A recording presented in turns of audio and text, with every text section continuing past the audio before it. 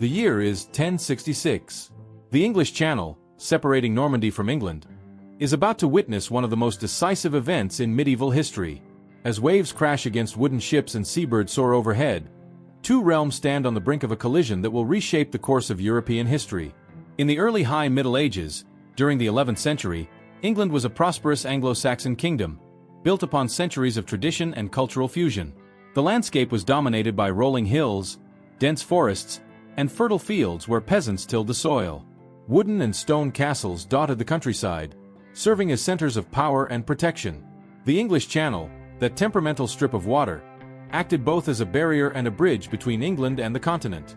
Three major powers held sway over this historic drama. The Anglo-Saxon Kingdom of England, with its complex network of earls and thanes, stood as a wealthy prize. Across the Channel, the Duchy of Normandy had transformed from a Viking settlement into a formidable feudal state.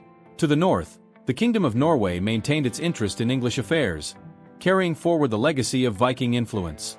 Life in 1066 was a tapestry of sights, sounds, and textures that defined the medieval world. Stone keeps rose alongside wooden palisades, while thatched roof villages clustered in their shadows. In the countryside, cultivated fields stretched toward dark forest boundaries, where wild game roamed freely. Warriors donned chain-mail armor that clinked with every movement, while colorful banners caught the wind atop castle walls. Along the coast, Viking-style longships cut through the Channel's waters, their dragon-headed prows striking fear into those who saw them approaching. The period represented a crucial transition in European history. The Anglo-Saxon world, with its connections to both Germanic and Scandinavian traditions, was about to encounter the French-influenced Norman culture. Towns were growing, trade was expanding, and the church was extending its influence throughout society. The stage was set for a cultural collision that would reverberate through centuries. The English Channel served as both protector and highway.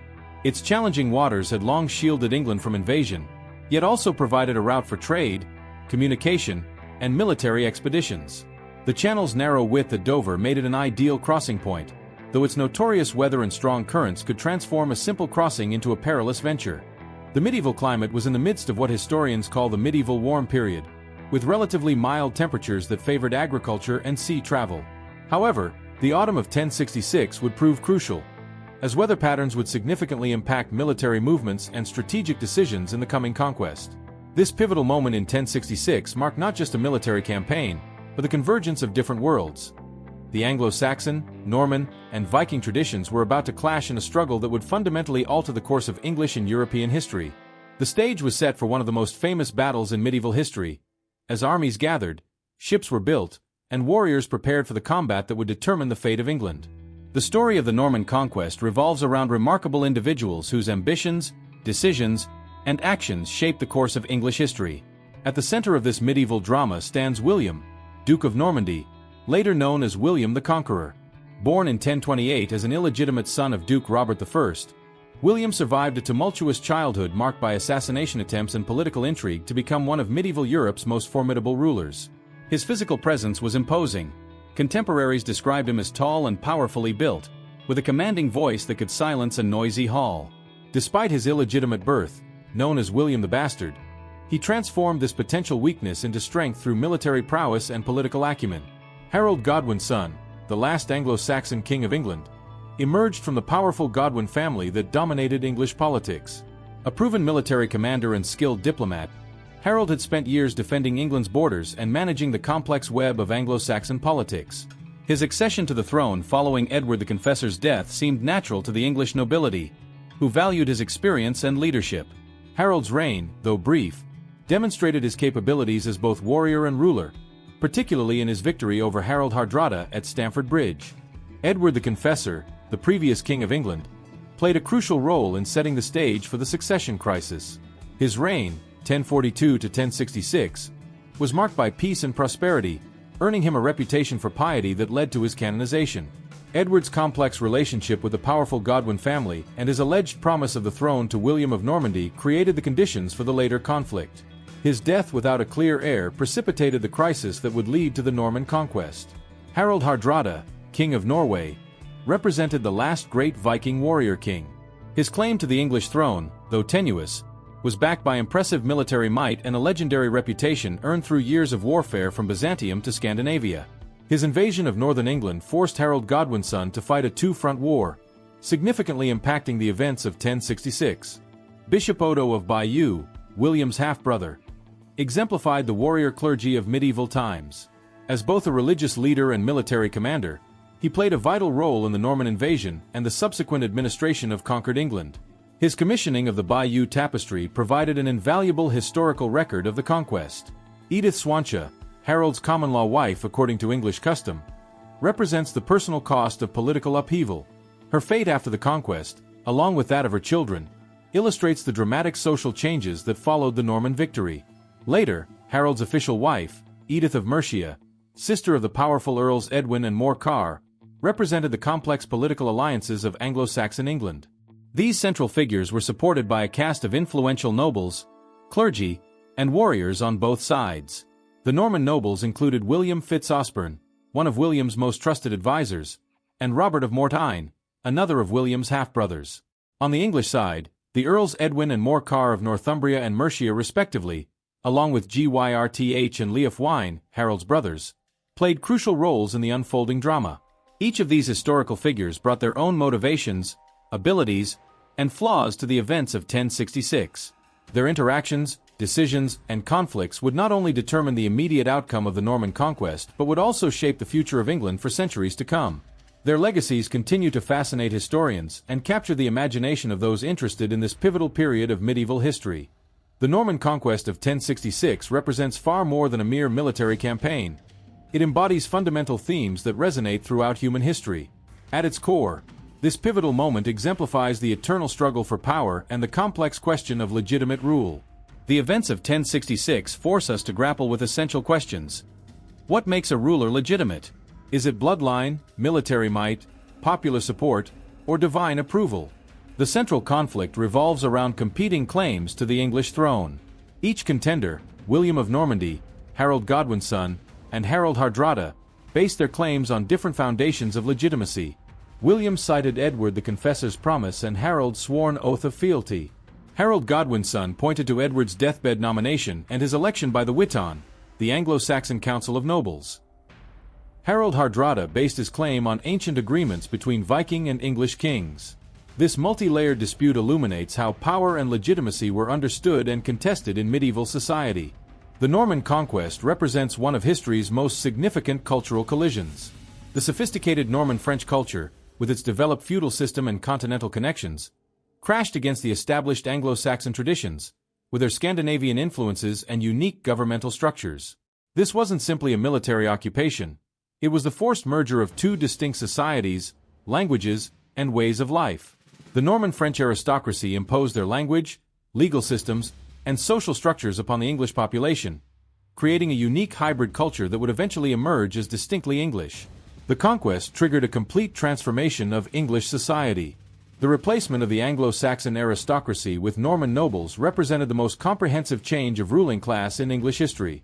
This transformation affected every level of society, from the great nobles down to the humble peasants.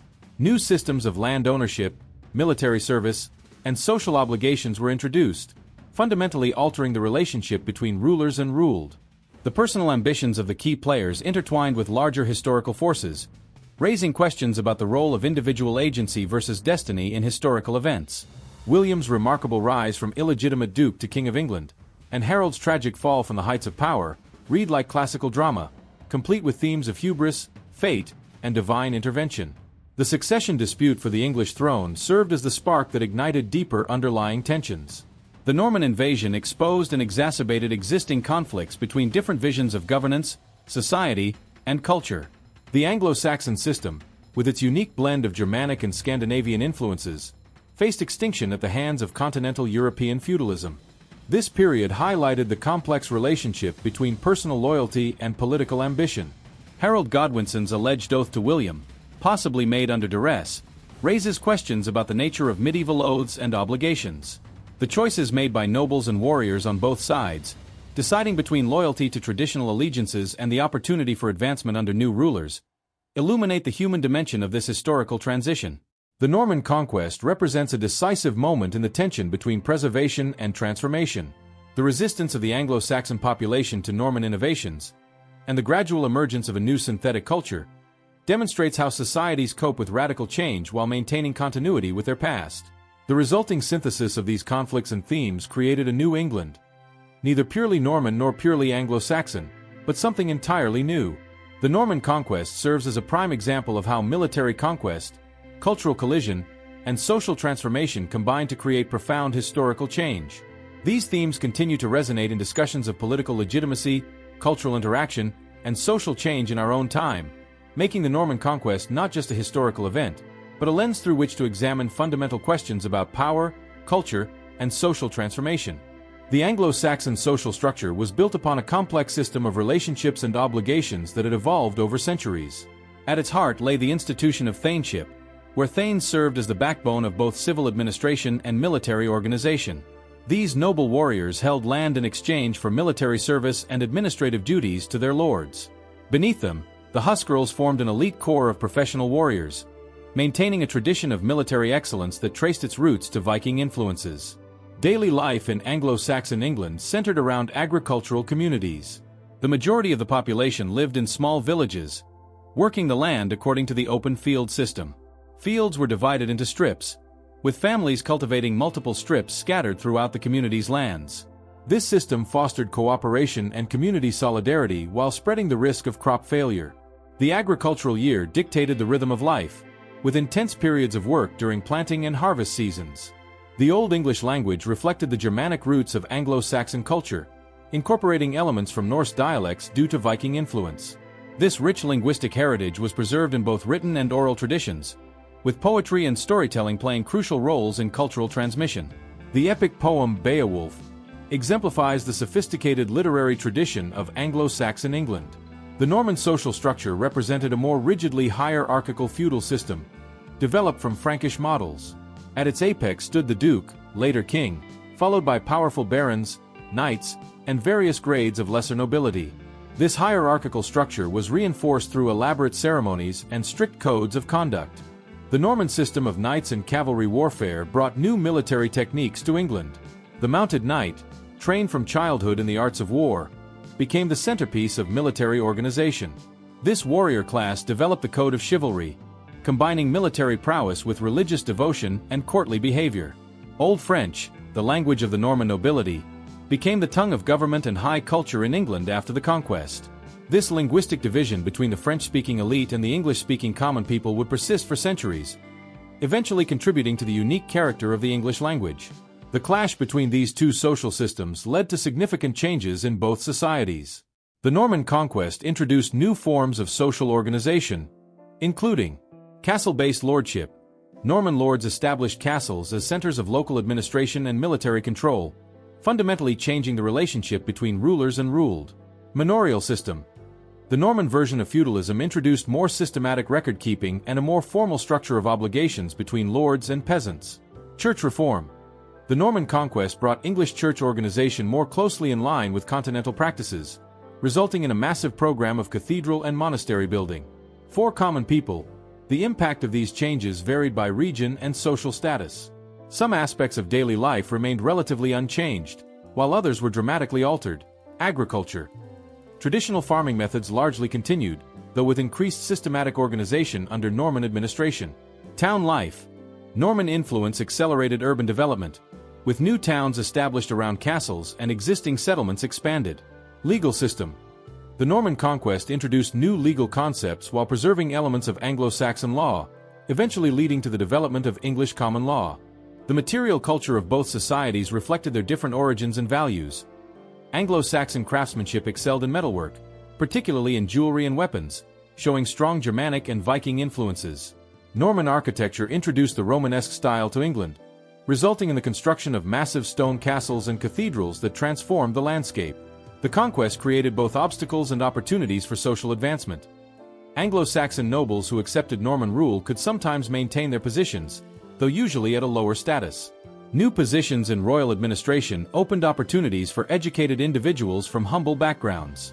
Women's roles also evolved, with Norman customs regarding inheritance and marriage introducing new complexities to gender relations. The interaction between these two social systems ultimately produced a unique Anglo-Norman society that combined elements of both traditions. This synthesis would provide the foundation for later medieval English society, influencing social structures, legal systems, and cultural practices that would persist for centuries to come. The year 1066 witnessed a remarkable series of events that would transform England forever. The drama began in January with the death of Edward the Confessor, triggering one of the most significant succession crises in English history. Edward's passing marked the end of a peaceful era and the beginning of a tumultuous period that would reshape the English nation. On January 5, 1066, Edward the Confessor drew his last breath in the recently consecrated Westminster Abbey. His death created an immediate political crisis. Though he had apparently nominated Harold Godwin's son as his successor on his deathbed, competing claims to the throne quickly emerged. The very next day, with remarkable speed, Harold was crowned king in Westminster Abbey. This hasty coronation, while following Anglo-Saxon traditions, would be interpreted by his rivals as an act of usurpation. England soon faced an unprecedented challenge: invasions from both north and south. In September, Harald Hardrada of Norway, accompanied by Harold's own brother Tostig, landed in Yorkshire with a formidable Viking army. Meanwhile, across the Channel, William of Normandy assembled the largest invasion fleet seen in centuries, with approximately 700 ships carrying thousands of soldiers, horses, and supplies. Harold Godwin's son found himself in an impossible position.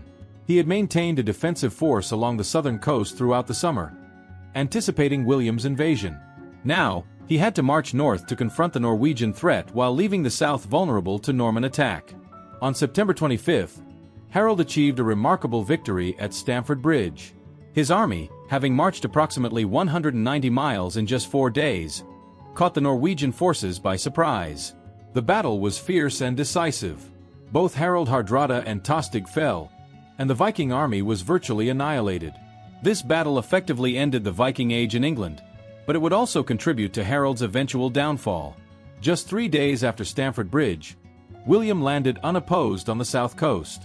Harold, receiving news of the Norman invasion, immediately marched his weary army south. On October 14th, the armies met near Hastings. The battle lasted from dawn until dusk, with both sides showing remarkable determination and tactical skill. The turning point came late in the day. The Norman cavalry employed a series of feigned retreats, a sophisticated tactic that proved devastatingly effective. When segments of the English shield wall broke ranks to pursue the apparently fleeing Normans, they exposed themselves to cavalry counterattacks. The decisive moment came when Harold himself was killed, reportedly shot through the eye with an arrow, though this detail remains debated by historians. William's victory at Hastings did not immediately secure England. He still had to consolidate his control through a combination of military campaigns, political negotiations, and strategic castle building. The harrying of the North in 1069 to 1070 demonstrated his ruthless determination to suppress resistance, while his program of castle construction physically imposed Norman authority on the English landscape. Several factors proved decisive in these events. The timing of the invasions. Had Hardrada not invaded when he did, Harold might have faced William with a fresher army. The weather. Contrary winds had delayed William's crossing until after Harold had to march north, allowing him to land unopposed. Military technology. The Norman cavalry and archers proved superior to the English infantry-based tactics. Strategic decisions. Harold's choice to fight immediately at Hastings, rather than waiting for reinforcements, proved fatal. The Norman Conquest represents one of history's most complete and successful invasions. It led to a near-total replacement of the English ruling class, the introduction of Norman French as the language of power, fundamental changes in law, architecture, and social structure, the reorientation of England from Scandinavian to continental European influence. The events of 1066 demonstrate how individual decisions, timing, and circumstance can combine to produce momentous historical change. The Norman Conquest would influence not just English but European history for centuries to come, creating a new Anglo-Norman realm that would play a crucial role in medieval Europe's development.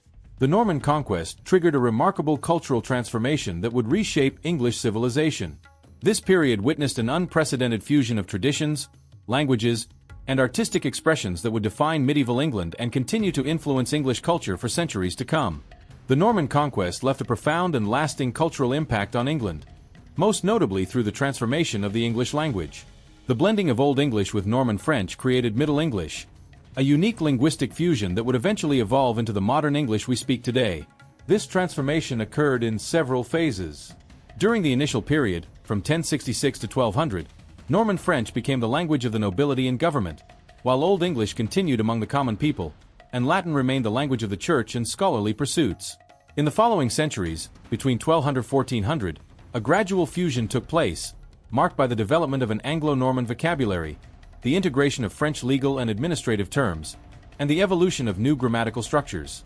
This ultimately led to the emergence of Middle English, characterized by simplified grammar from Old English, the incorporation of thousands of French words, and the development of new literary forms and expressions. The conquest also ignited an architectural revolution that transformed the English landscape. In military architecture, the Normans introduced stone keep castles and developed motte and bailey fortifications.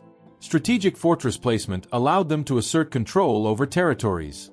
In ecclesiastical architecture, the Normans constructed massive cathedrals in the Romanesque style, marked by advanced building techniques and intricate stone masonry.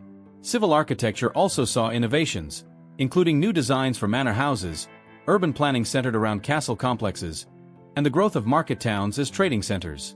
The Anglo-Norman Conquest brought sophisticated changes to the legal and administrative systems, merging Norman feudal customs and centralized royal administration with traditional Anglo-Saxon elements such as local court systems and common law principles.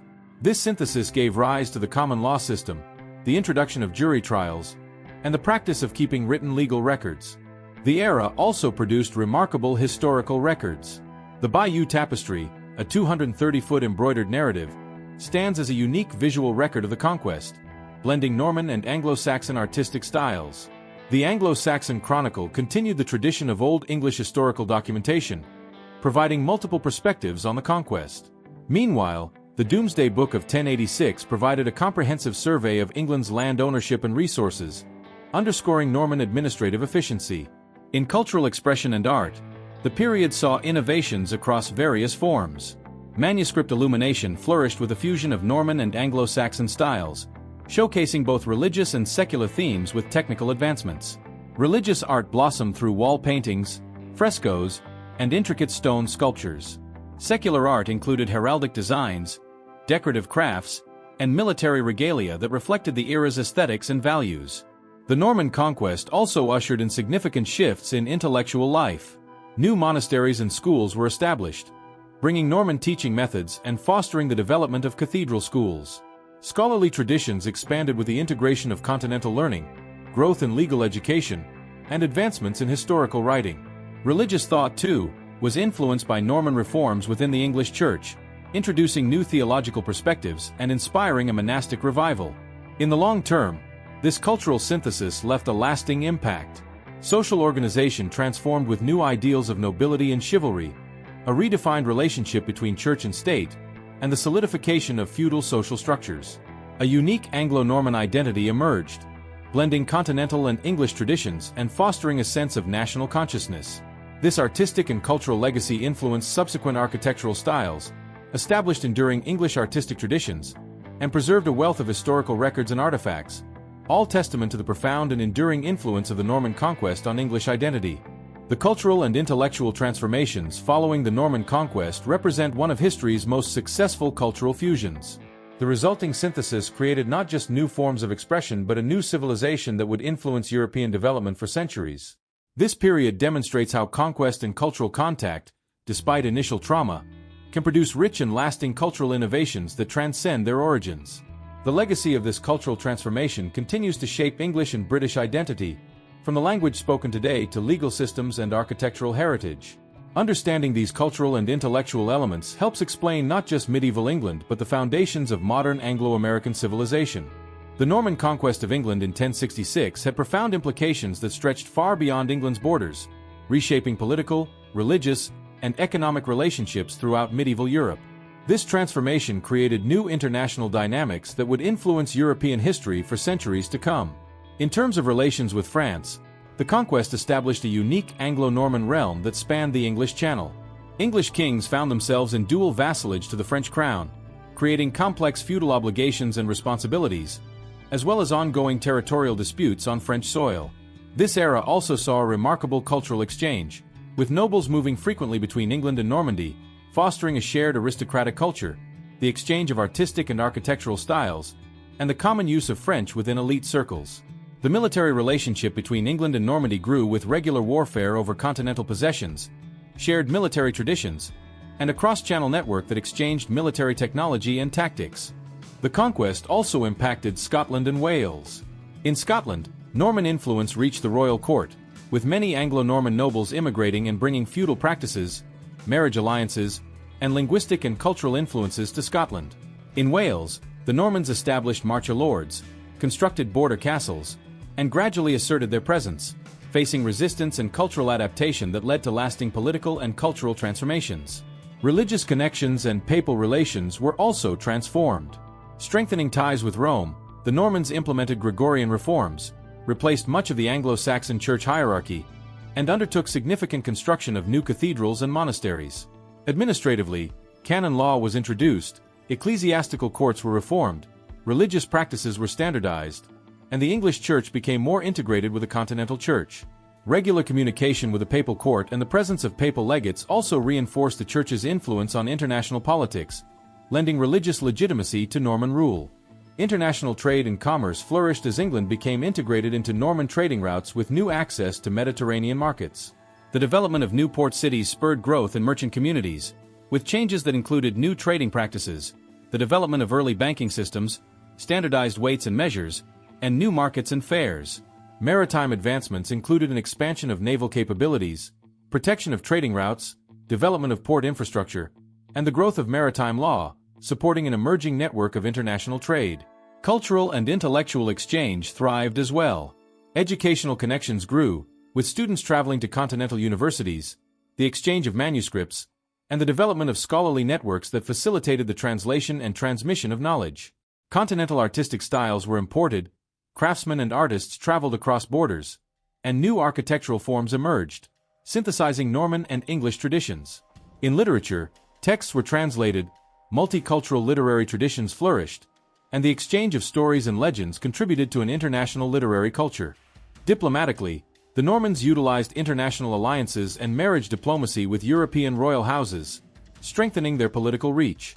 Military alliances, treaties, commercial agreements, and diplomatic representation connected England to European power structures and involved it in international conflicts, including participation in the Crusades, where Norman influence was felt in diplomatic negotiations and mediations. The long-term international impact of the Norman Conquest included the integration of England with continental Europe, England's active role in European politics, and influences on international law and custom. Culturally, linguistic and artistic ties strengthened across borders, establishing diplomatic traditions, and creating long-standing cultural links. These connections impacted international trade patterns, and militarily, innovations in warfare techniques, castle-building technology, naval advancements, and strategic planning had lasting effects on the evolution of medieval European warfare. The Norman Conquest transformed England from a relatively isolated island kingdom into a major player in European affairs. This integration with continental systems and networks had lasting effects on English society and its international relations. The complex web of connections established during this period would influence English and European history for centuries to come, creating patterns of interaction that in some ways persist to the present day. The international dimension of the Norman Conquest demonstrates how a single historical event can have ripple effects throughout an entire continent, reshaping political, economic, and cultural relationships in ways that transcend national boundaries. Understanding these international connections helps explain not just medieval England but the broader development of European civilization and international relations. The Norman Conquest of 1066 stands as one of history's most transformative events, whose ripples continue to shape the modern world in profound and fascinating ways. This watershed moment created an enduring legacy that touches nearly every aspect of English society, from its language to its legal system, and from its architecture to its political institutions. Perhaps the most visible legacy is in the English language itself. The merger of Old English with Norman French created a uniquely rich linguistic tapestry that characterizes modern English. This fusion gave English its remarkable diversity of vocabulary, with many concepts having both Germanic and Romance-derived synonyms. For instance, we have freedom, Old English, and liberty, Norman French, begin and commence, holy and sacred, This linguistic duality has given English an unparalleled richness of expression and contributed to its eventual emergence as a global lingua franca. The Norman feudal system fundamentally restructured English society, introducing a more rigidly hierarchical social order that would persist for centuries. This new social framework, with its clear delineation of rights and obligations between lords and vassals, laid the groundwork for later English social and political developments. The emphasis on written records and systematic administration introduced by the Normans also transformed governance, with innovations like the Domesday Book setting new standards for state documentation and control. The architectural legacy of the Norman Conquest remains literally written in stone across the English landscape. The introduction of stone castle building transformed both the physical and psychological aspects of power projection. Norman cathedrals and churches, with their distinctive Romanesque architecture, massive arches, and sophisticated stone vaulting, created an architectural revolution that would influence English building practices for generations. These structures, many of which still stand today, serve as tangible reminders of the Norman impact on English society. The legal and administrative systems introduced by the Normans laid the foundation for English common law, a legal framework that would eventually influence legal systems worldwide. The Norman emphasis on centralized authority, written records, and systematic administration created enduring institutional structures. The evolution of Parliament, the development of common law courts, and the establishment of a professional civil service all trace their roots to Norman innovations. The conquest also fundamentally reoriented England's relationship with continental Europe. By creating an Anglo-Norman realm that straddled the English Channel, William's victory tied England more closely to European politics, culture, and religious developments. This continental connection would profoundly influence English history for centuries, from the Hundred Years' War to the Protestant Reformation. The Norman Conquest also offers timeless lessons about the nature of historical change. It demonstrates how single events can trigger cascading transformations that reshape societies in unexpected ways. The initial military victory led to changes in language, culture, social structure, and governance that were far more profound and lasting than the original conquerors could have anticipated. The story of the Norman Conquest continues to resonate because it speaks to universal themes: the role of individual ambition in shaping history, the impact of cultural collision and fusion, the nature of legitimate authority, and the complex processes of social transformation. It reminds us that historical events are never simply about military victory or defeat, but about the profound social, cultural, and institutional changes that follow in their wake. Looking at modern Britain, the influence of 1066 remains visible in countless ways. The English monarchy traces its continuous lineage to William the Conqueror. The English legal system still bears the imprint of Norman innovations. Even the class distinctions in British society partly reflect the ancient division between Norman conquerors and Anglo-Saxon conquered. The Norman Conquest represents more than just a change in government. It marks a complete transformation of English society that echoes through to the present day in our language, our culture, and our institutions. It stands as a testament to how historical events can reshape societies in profound and lasting ways, creating legacies that endure far beyond their immediate impact. As we continue to grapple with questions of cultural integration, social change, and political legitimacy in our own time, the story of the Norman Conquest offers valuable insights into how societies cope with and ultimately emerge transformed from periods of dramatic change.